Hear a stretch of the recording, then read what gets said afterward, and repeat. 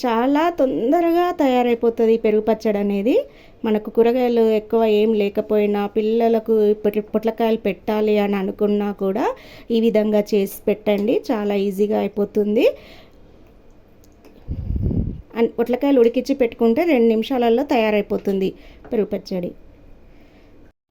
అందరికీ నమస్కారము, welcome to Archana's happy home. ఈరోజు మనం చాలా సింపుల్గా చాలా టేస్టీగా పొట్లకాయ పెరుగు పచ్చడి చేసుకుందాం. ఇంకా ఎలా చేసేద్దాము అనేది రెసిపీలోకి వెళ్దాము. ముందుగా పొట్లకాయలను తీసుకొని మంచిగా వాష్ చేసుకొని ఇలా సర్కిల్ లాగా కట్ చేసి పెట్టుకున్నాను. ఇలా కట్ చేసి పెట్టుకున్న పొట్లకాయలన్నీ వాటర్ వేసి ఉడికించుకోవాలి. ఫస్ట్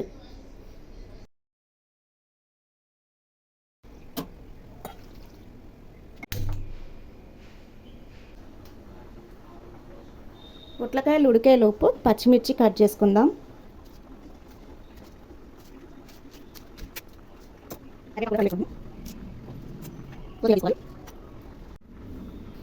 ఈ పెరుగు పచ్చడిలోకి ఈ సొంటి కొమ్ము వేసుకుంటే చాలా చాలా టేస్టీగా ఉంటుంది. ఏ పెరుగు పచ్చడిలోకైనా దద్దోజనంలోకైనా ఈ శొంఠిని వాడినట్లయితే మనకు దాని రుచి అదిరిపోతుంది. దీన్ని ఇప్పుడు మనము పొడి చేసి పెట్టుకున్నాను. ఈ పొడి చేసి పెట్టుకున్నది పెరుగు పచ్చడిలో వేస్తాము.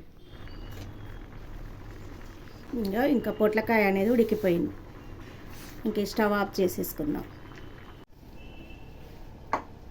ఇప్పుడు పెరుగు పచ్చడి చేసేసుకుందాం. పెరుగు పచ్చడి కోసం పెరుగు తీసి పెట్టుకున్నాను. పొట్లకాయలను ఉడికించి పెట్టుకున్నాం కదా, వాటిని చల్లారిన తర్వాత నీరంతా వంపేసి ఇలా పొట్లకాయ ముక్కల్ని ఇట్లా నీరంతా పిండేసి ఒక బౌల్లో వేసుకోవాలి.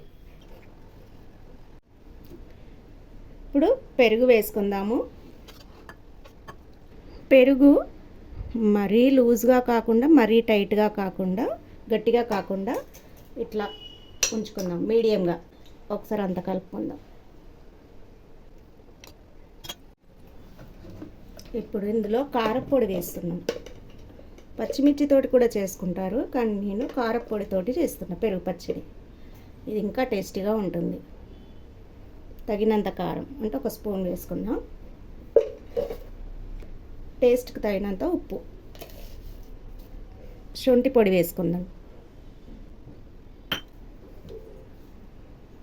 ఇప్పుడు అంతా ఒకసారి మంచిగా కలుపుకుందాం.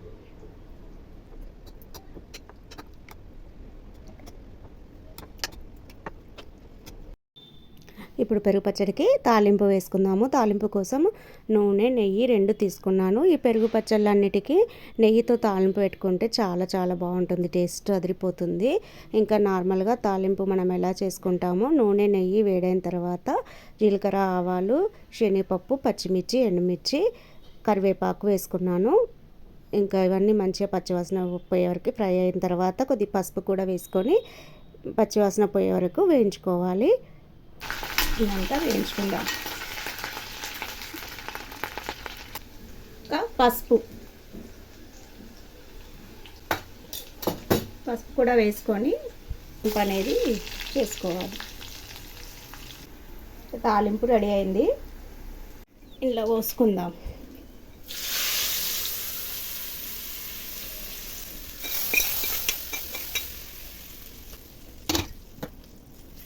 తాలింపు అంతా వేసాక కొత్తిమీర కూడా వేసుకొని కలిపినట్లయితే పెరుగు పచ్చడి రెడీ. చాలా టేస్టీగా ఉండే పెరుగు పచ్చడి రెడీ. ఇలా చేసి చూడండి, మళ్ళొకసారి మళ్ళీ చేసుకుంటారు. ఈ పొట్లకాయలు వచ్చినన్ని రోజులు ఇంకా ఈ పెరుగు పచ్చడితోనే తింటారు. ఇది అన్నంలోకి బాగుంటుంది, చపాతీలోకి బాగుంటుంది. ఒకసారి ట్రై చేసి ఎలా వచ్చిందో కామెంట్ చేసి చెప్పండి. చూశారుగా, ఎంతో సింపుల్గా మనం ఈ పొట్లకాయ పెరుగు పచ్చడి చేసుకున్నాము. ఇట్లా చేసిన పొట్లకాయ పెరుగు పచ్చడి ఎంతో టేస్టీగా ఉంటుంది. వేడివేడి అన్నంలోకి చాలా బాగుంటుంది. ఈ రెసిపీ మీకు నచ్చినట్లయితే ఒక లైక్ చేయండి, అలాగే మీ ఫ్రెండ్స్ అండ్ ఫ్యామిలీకి షేర్ చేయండి. మరిన్ని తెలుగు వంటకాల కోసం మన ఛానల్ని సబ్స్క్రైబ్ చేసి బెల్ ఐకాన్ నొక్కండి. మరొక మంచి రెసిపీతో మళ్ళీ కలుద్దాం. బాయ్.